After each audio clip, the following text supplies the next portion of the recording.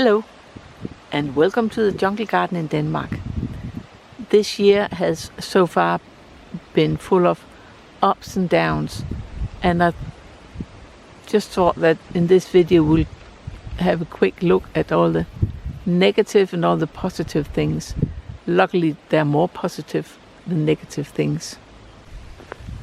So if we begin at the start of the garden, this is where I used to have a lovely, fairly big tree fern, Dixonia antarctica, but unfortunately it died in that strange winter we've just had, and I got a bit sort of then I can't be bothered to have Dixonia antarctica anymore, and then I got these Cyathea cuperis, and they cannot stay outside at all in winter, so I thought I would take them in every winter and put them out again in spring, just to be safe.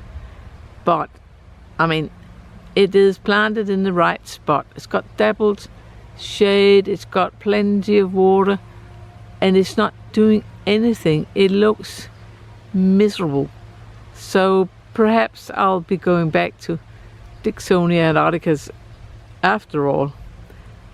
We'll have to wait and see. And this Cyathea cuperi looks like it's doing a lot better here in full sun, which shouldn't be the right spot for it, compared to the other one that is in dappled shade. It's impossible to find out what they want.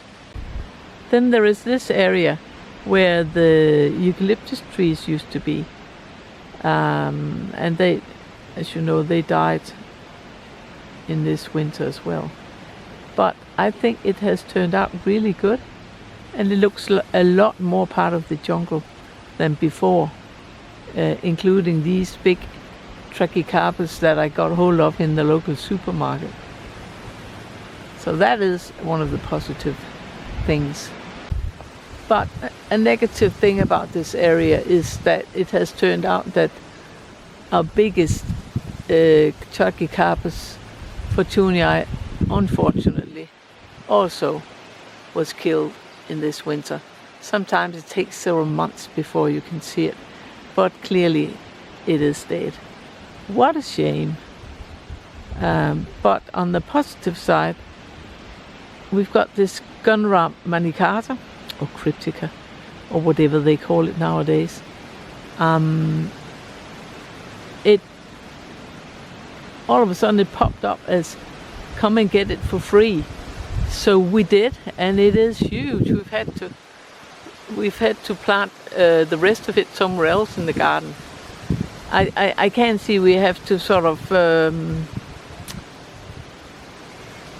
move it a little, because it's not in the best spot. It's up right up in the other plants, but that can be solved.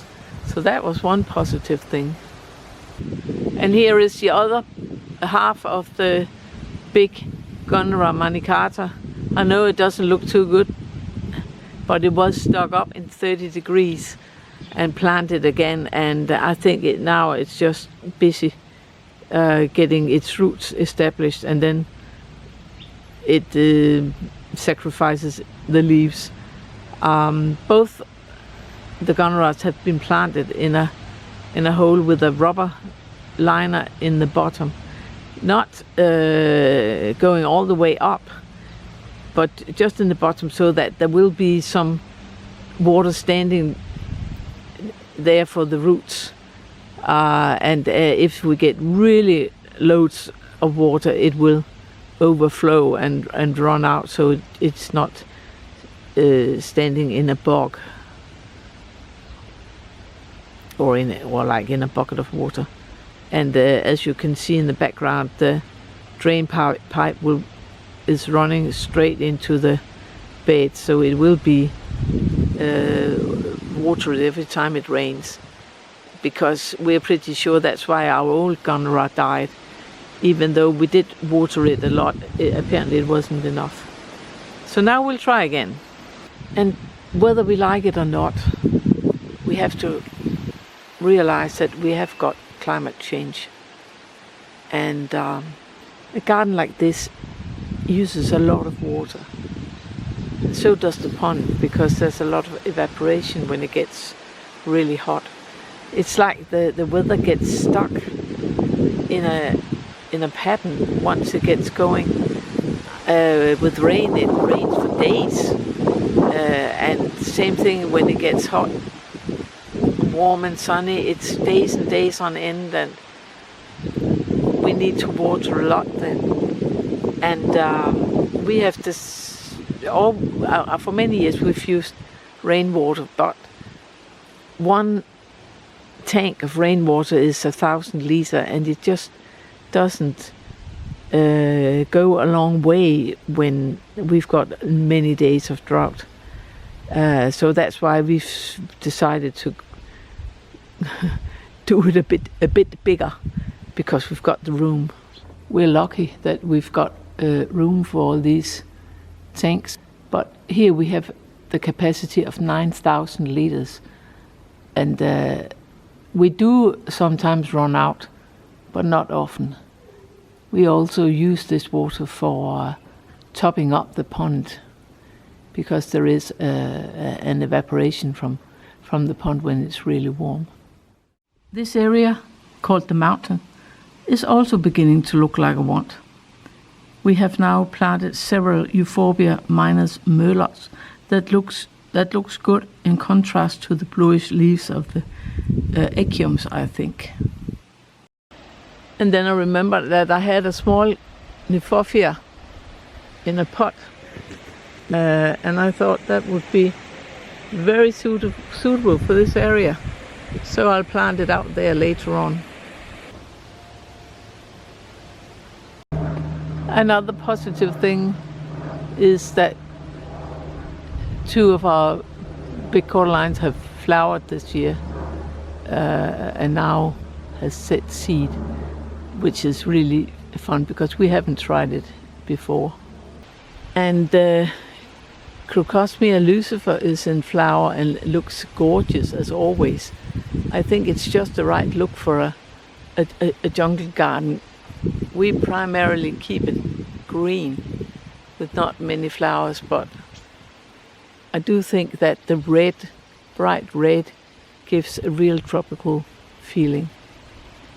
And then I've got all my small water features, and the idea with this is that no matter where you are in the garden, you can sort of hear trickling water, so you feel like going forward to explore and see where the sound comes from.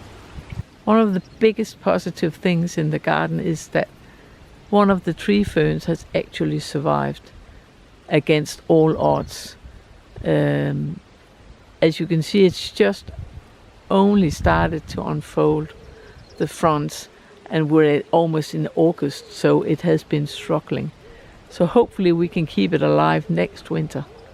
And one of the biggest negative things is that our biggest tree fern is confirmed dead. It is just orange mush in the middle, which to me is a clearly sign of rotten decay. And I know I said I would give it a year, but I'm not sure we have to wait that long. I'm pretty sure it's gone. I won't be planting another one in its place. Not in this spot.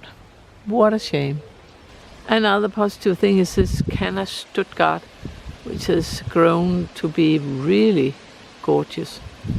It was actually planted with a Canna Pretoria and a Canna Durban, as you can see, around, well, they're only like half a meter tall. For some reason they haven't grown at all, but at least they're still alive. Another big surprise is this Santadesia white giant. Normally when I remove the winter protection in April, they've already got new sprouts coming up, but not this year. So I actually thought it was dead, but apparently not. And here between the rocks we have another one, and I can't even remember planting it. So that hasn't been winter protected at all, and it has still come back. Impressive. one of the big surprises this year is that our Albizia julibrisson is in flower. And it's the first time ever in the 6 years it's been in the ground. I knew that it could flower, but I just never thought it would happen here in Denmark. So that is really funny to see.